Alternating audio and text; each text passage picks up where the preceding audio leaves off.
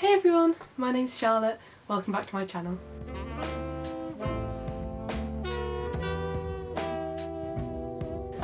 So today I'm doing a video which I've been super excited to make for such a long time, and it's basically just a walkthrough of my A-level art sketchbook.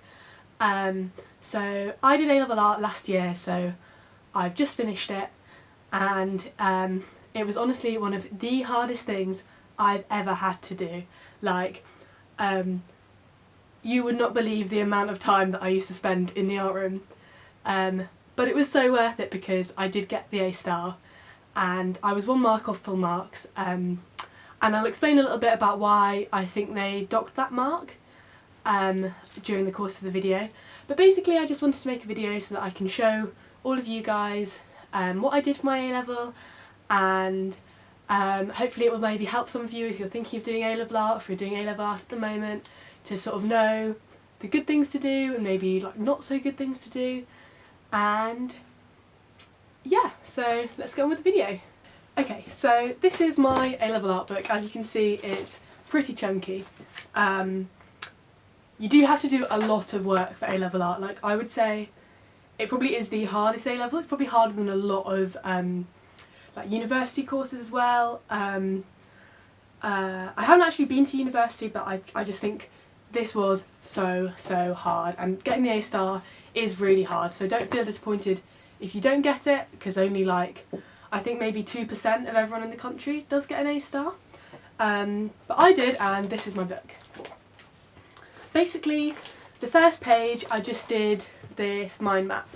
Mind maps are so important if you're an artist, because you can basically just get all of your ideas down in one place. So I did say that this was a mood board, but it's actually a mind map. I got a little bit confused there. Yeah, so this page, basically what I did was I just got a pink watercolour and I just did a super simple wash over it. Now, like, backgrounds are like, I can't even stress how important it is to get your backgrounds right.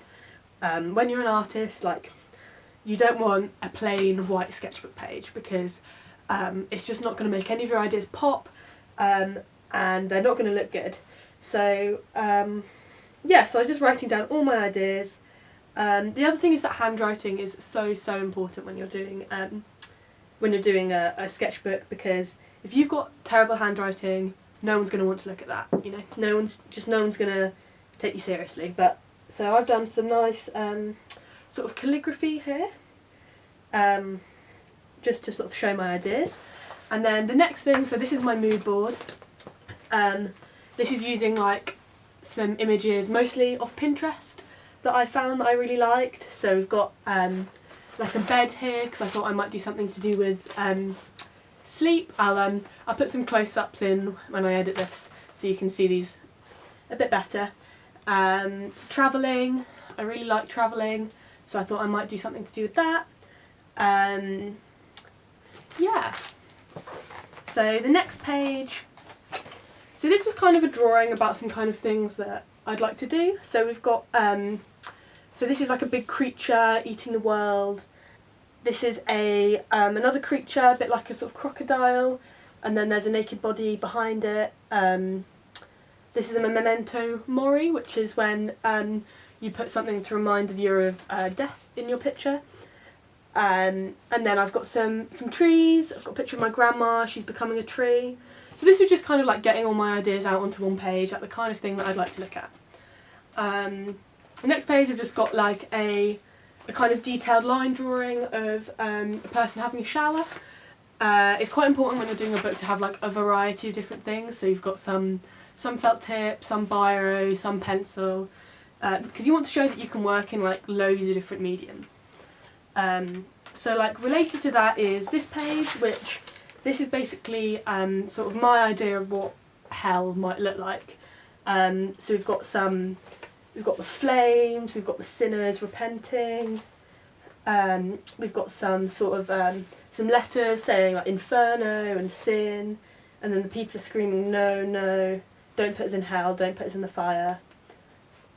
And I did this in watercolour, so you can see they've got these really nice like different colours of tone in, and blending.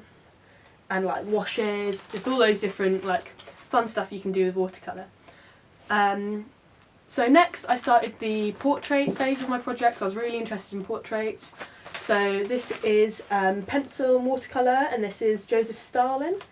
I really love the effect that you can get with like watercolour, and when you drop it on the page and it all sort of spreads out. I just think that looks so nice. So yeah, there's that.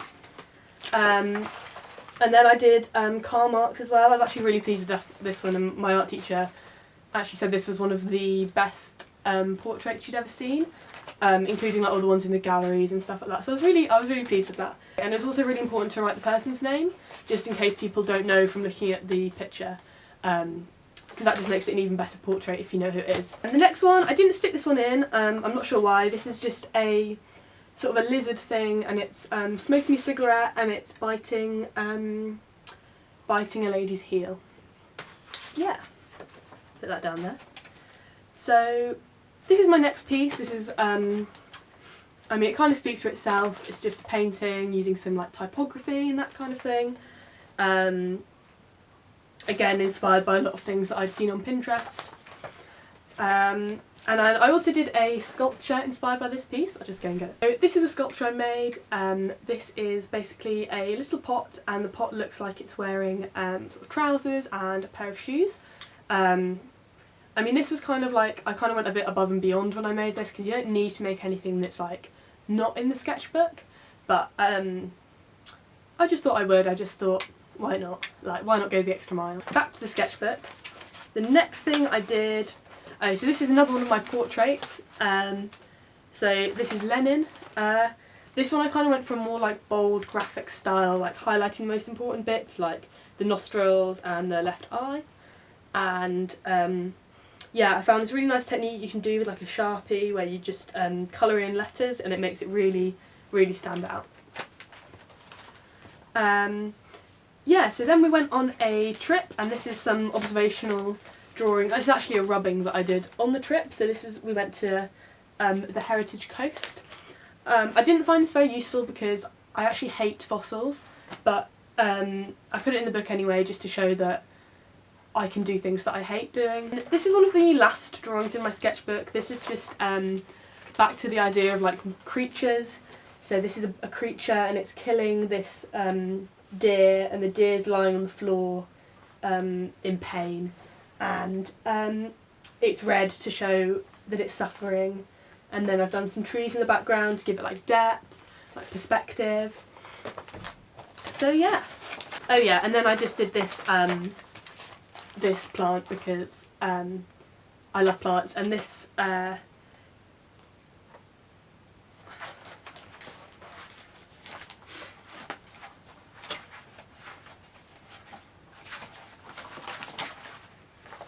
there's this thing called conceptual art, and basically what you do is you do nothing, and that's the art. And I really like that idea, so I just left these pages blank.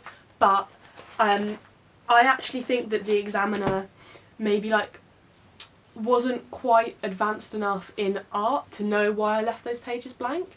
And that was about maybe sort of like 30 to 50 pages at the end of my sketchbook. And I really don't think they understood that that was my final piece. So I think that's why I was 1 mark under full marks, but it doesn't really matter because I obviously still got the A star. So that's it for the tour of my sketchbook. Let me know if you want me to do any other sketchbook tours. I've also done my GCSE art and my AS level art that I can show you guys, and I hope this was maybe helpful to someone. Please leave a comment.